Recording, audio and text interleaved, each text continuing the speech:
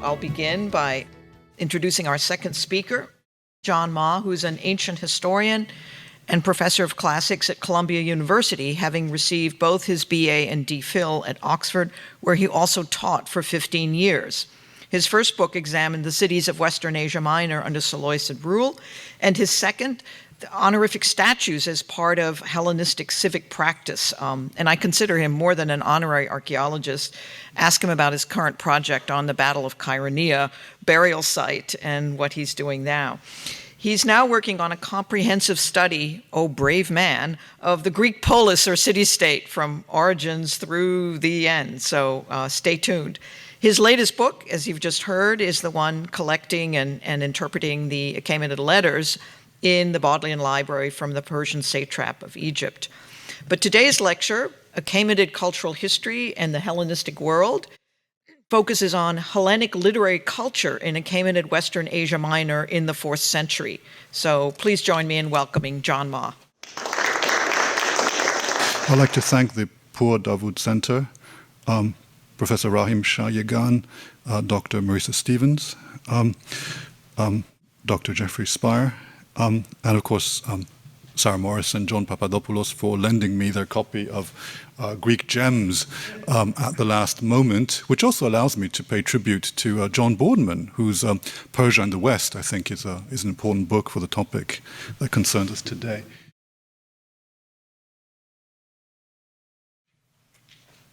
I should also thank my friend Yash Elsner, who's discussed these issues with me very often. So, we'll start with three very famous examples of of Greek culture in the 4th century BCE, the late classical period, if you want, which is so important for the understanding of classics, of Greek culture in general. The first one would be the learned poetry of Antimachos of Colophon, scholar, poet, editor of Homer, and one of the models for Callimachus. The second is the blend of local and universal political history practiced on a vast scale by Ephoros of Kyme, whose work shaped the writing of Hellenistic history, or Hellenistic history writing. The third would be the statue of Aphrodite at Cnidos by the Athenian virtuoso, to use that expression, Praxiteles, which announces a sophistication and boldness of Hellenistic art, and there is an image of it. It's perhaps not often remarked that these things were all produced in the Achaemenid Empire, in the western provinces of the Achaemenid Empire, in specifically the borderland, if I can steal the concept from Robert Rollinger, of the late Achaemenid Empire. So what of that? What should we do with this piece of knowledge that these items are produced in a western province of the Achaemenid world, and a very interesting one which was studied by Chester Starr as an example of cultural exchange, and one which is a brittle post-reconquest world, as studied by Pierre Debord, a peripheral frontier zone of recent reconquest and a multi-layered political history, which, say, John Hyland knows very well. So this is the thing I want to do, to try to think of Greek culture in an Achaemenid context. Let's see, I should have some maps. I mean, here's, of course, the Persian Empire. This is the world of Antimachos of Colophon, who lived, say, on either side of 400 BCE, who lived in the border zone, who must have lived through the period of waning Athenian control and the Persian Reconquista. His hometown at the time of his birth is actually described by Thucydides as racked with stasis and in fact occupied by a Persian garrison. He probably lived through the reconquest and the abandonment reconquest of Asia Minor and the abandonment of the Ionians by the Spartans and Athenians. None of his works actually survive. Yes, I've done it, I'm sorry. And the arrow isn't the right place. If you turn the thing, the arrow would be in the right place. It would point for colophon. I'm sorry, it's a disaster. Never mind. Antimachus of Colophon's works do not survive. What we see from the fragments is that he wrote learned mythology poetry with a great attention to local Greek lore. He closely engaged with Homer, using and reusing and alluding to the epics. A philologist, he worked critically with the texts and their difficult linguistic problems. Fragment 68, known from an ostracon, listing glossae, shows you the fitting of a ship, probably Argo, using Homer, but in fact drawing on a variant reading, a more difficult reading. The term ouson for cable rather than the one which is probably the correct reading. Same tendency can be seen in other fragments to use unusual epithets or words. Artemis once calls oupis, which is a highly rare epithet for the goddess. He also works on a broad canvas of mythological world geography with a lot of attention to connections between various parts of the Greek world. For instance, between Thessaly and Cnidos through the famous myth of Erysichthon. So we see here a project of reworking Hellenism through refinement, intensification, and essentialization. Antimachus speaks of the central core geography of Greece with great intensity and often gets the details wrong. Telmessos, a place near Thebes, is not, in fact, a windy hill. There are two sacred springs near Argos, but they are not the ones that Antimachus thinks. And this was commented on by later writers, that his hyper-detailed local topography is partly imaginary, written in ignorance of already extant local exegetic or periegetic literature. An imaginary Greece expressed in heightened diction, which seems to wish away or think away the Achaemenid present. Perhaps, then, we have here a reaction to recent reconquest, an affirmation of Greek identity and authenticity, the retelling and recycling of stories to create a mental world beyond the Achaemenid Empire, and refinement of the language and the classics, the cultural heritage, if you want, of a particular community, with a tendency towards purism.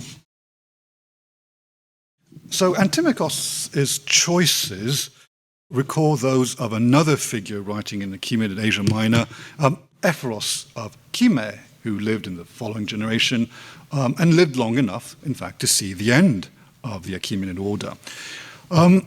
His history shows the same absence, I'm sorry, let me just slip and ignore that, shows the same tendency to ignore or rethink or reframe the Achaemenid, even though he does write about events involving Persians, ancient and modern. His time frame stretches back to the return of the Heracleidae. His geographical scope includes the further ends of Europe, Scythians and Celts, as well as Syria and Egypt.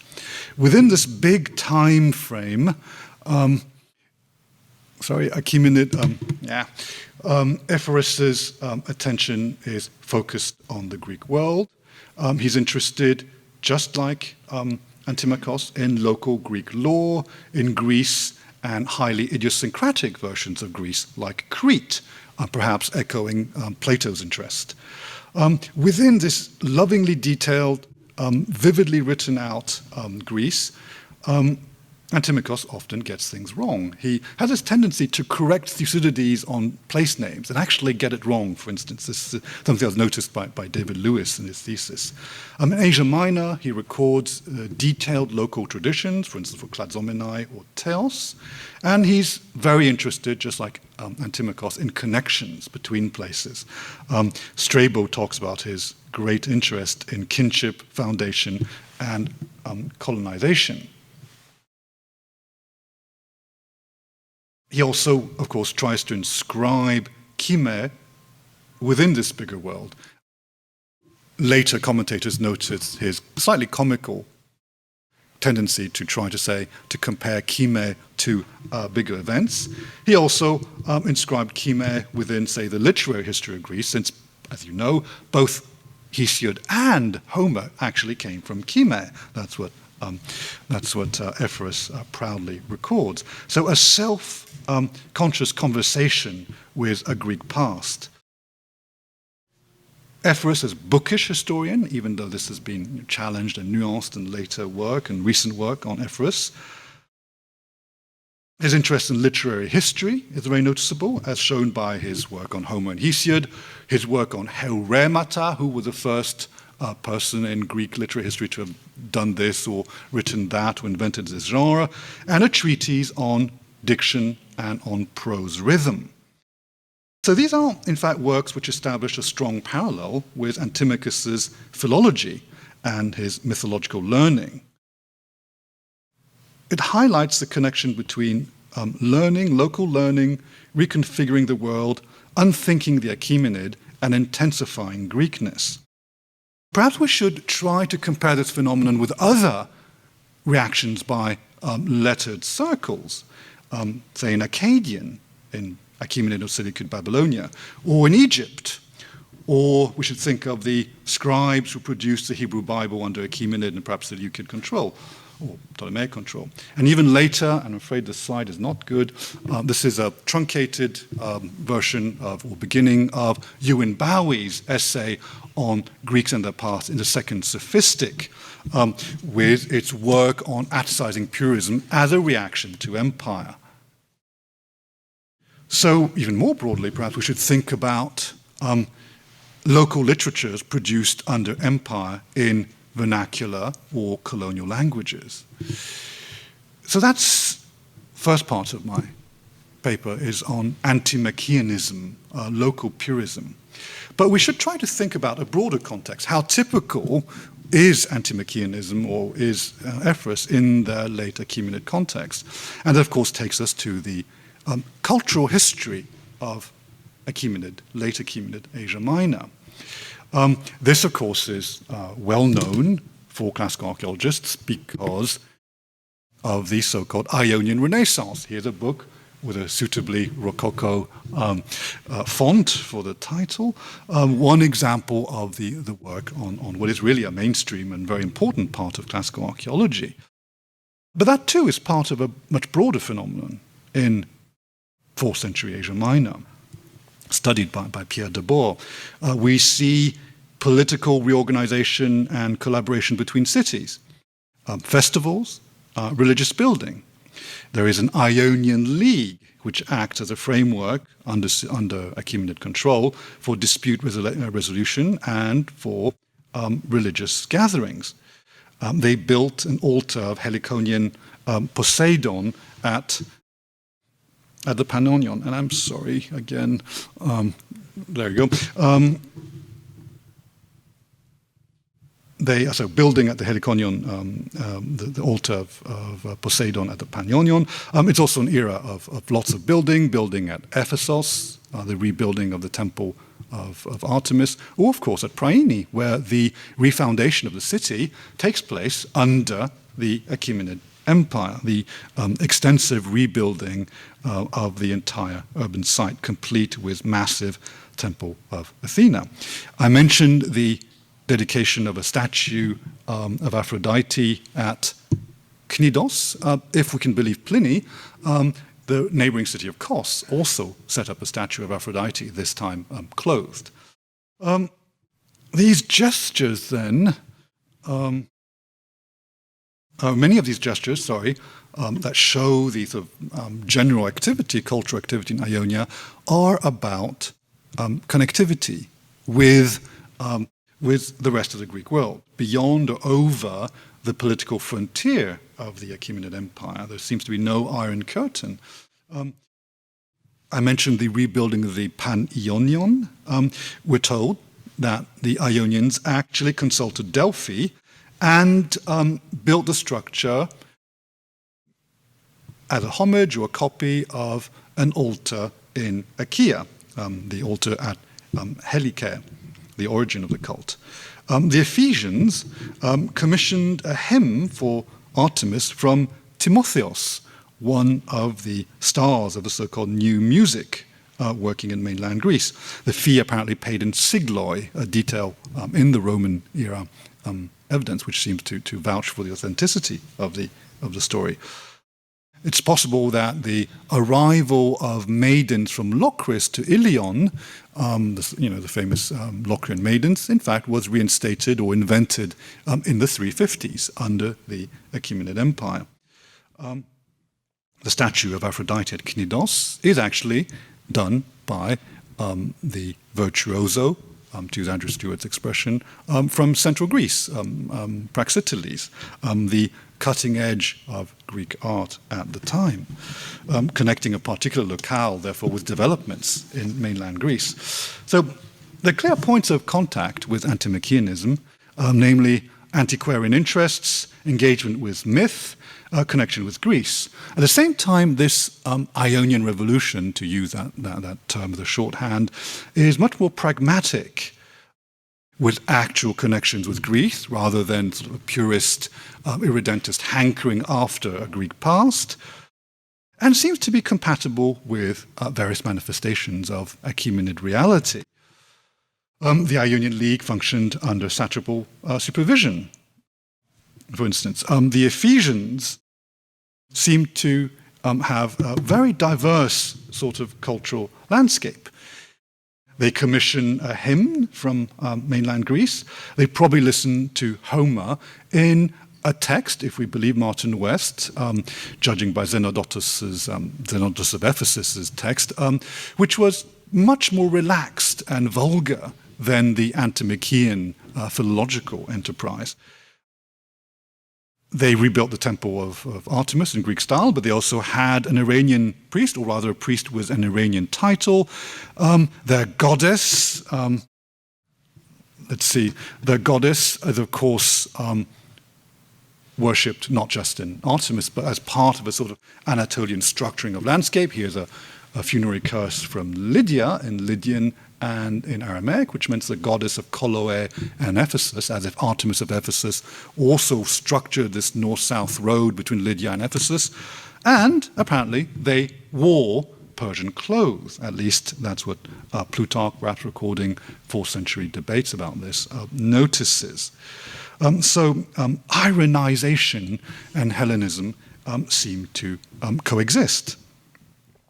So perhaps we should look at an even broader context, which is that of freely borrowing across cultural boundaries. And the best known examples, of course, are what I might call satrapal Hellenism. And there are examples in the Getty, so I can pass over this very quickly. The Nereid monument, which shows a dynast celebrating his use of Greek military technology, but also representing himself, of course, in this rather implacable style, reusing Greek tropes for his own purpose. And this, of course, is at the Getty right now, and celebrating the good life. Here, this scene of banqueting with this courtier approaching him in exchange some kind of secret communication. The most famous example, of course, of this satrapal Hellenism is Mausolus's is Hekatomnid carrier. The Ionian Revolution, in fact, is a term that was invented to describe or engage with the Hekatomnid architectural and artistic achievements in the Carian hinterland and the capital cities of Mylassa and Halikarnassos. Of course, the Mausoleon. Here's a bit of it, a slab of it, and it's currently in the Getty. I think I'll say that a few times. Less spectacular, but equally important, is the re-engineering and rebuilding of local shrines in Caria, given spectacular architectural infrastructure and temples in Greek style and dedicatory inscriptions in Greek, paralleled by political or polis-like institutions, again, handled in Greek, as we know from an inscription showing that Mylassa and Kindue are settling a border dispute or conveying land in Greek, even though it's dated by the king in Greek, and this is witnessed by lots of polis who send envoys, and the whole thing is conducted, this whole bit of local administration / politics is conducted in Greek. So sort of pseudo-federalism using Greek language and political forms, but detached from any essentialized Greek identity. Greek is also used, of course, in turn by local communities to interact with the satrap. Honorific statues, honorific inscriptions like the epigrams which have lately appeared at Iassos, and which might be in fact due to the famously awful epic poet Korelaos of Iassos, who wrote an awful epic on Alexander, and hence started his career as a local Achaemenid poet, it seems. That's Giovanni Mandoli's hypothesis. So the other possibility, of course, is to think about influence traveling the other way from non-Greek to Greek. I mentioned already the Ephesians wearing non-Greek or Persian dress. I wonder if we could compare the Cnidian Aphrodite not to the long story of Greek art, but to what Llewellyn-Jones called the big and beautiful women of Asia, namely the use of nudes in so-called Greco-Persian gems in the Western provinces. Of course, this is an area which is filled with problems, not least because of provenance and context of these objects. Of course, I know nothing about this, but thankfully there's a paper by Jeffrey Spire on this, which will illuminate us.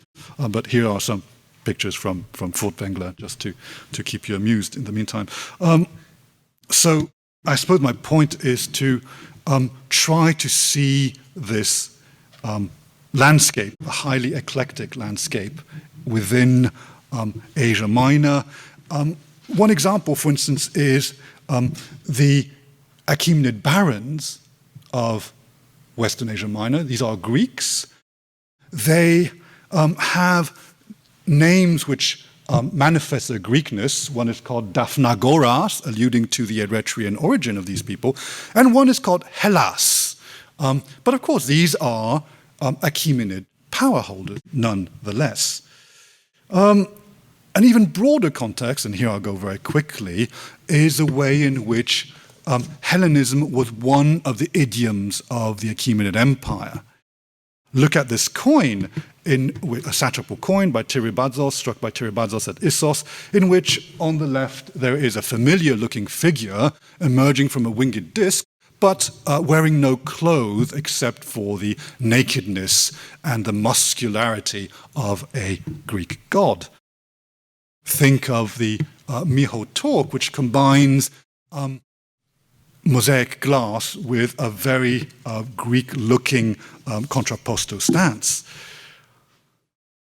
Even beyond this, Hellenism, or Greek tropes, of course, are used in local context. In the Levant, here's the so-called Tribune d'Eshmoun at Sidon, the Sarcophage des Pleureuses at Sidon, the use of these seals, these Greek motifs on seals on the left, alongside Achaemenid or Near Eastern motifs in the ceilings at Wadi Dalieh in the in the late Achaemenid period, contemporary to Antimachus, Ephoros, and all that jazz.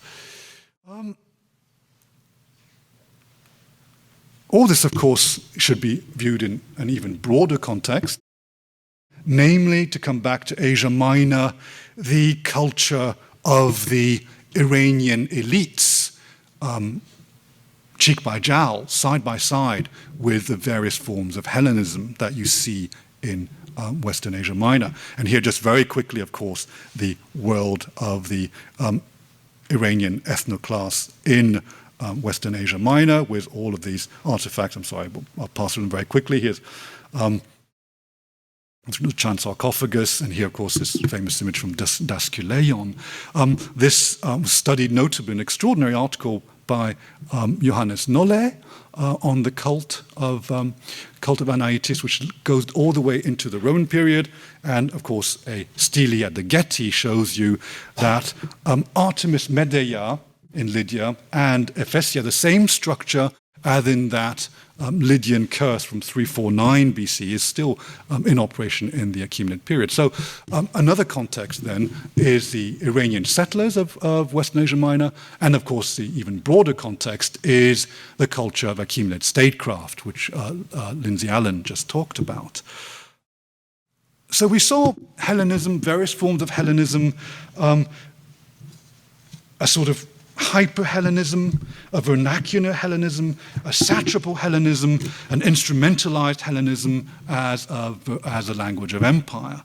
And we try to inscribe this in a much broader landscape. All of this, of course, came to a sudden end as witnessed by a poem by Phoinix of Colophon, a post-Achaemenid poet from Asia Minor, who does talk for the first time about the Achaemenids. He talks about this luxurious figure, the Assyrian Ninos, who of course is cast into a distant past, but whose characteristics, I think, really reflect on the Iranian neighbors, the Iranian ethno-elite, whose power has drained away and evaporated by the time Phoenix is writing. So we seem to see here a rapid collapse and disappearance of this extraordinarily complex world of empire.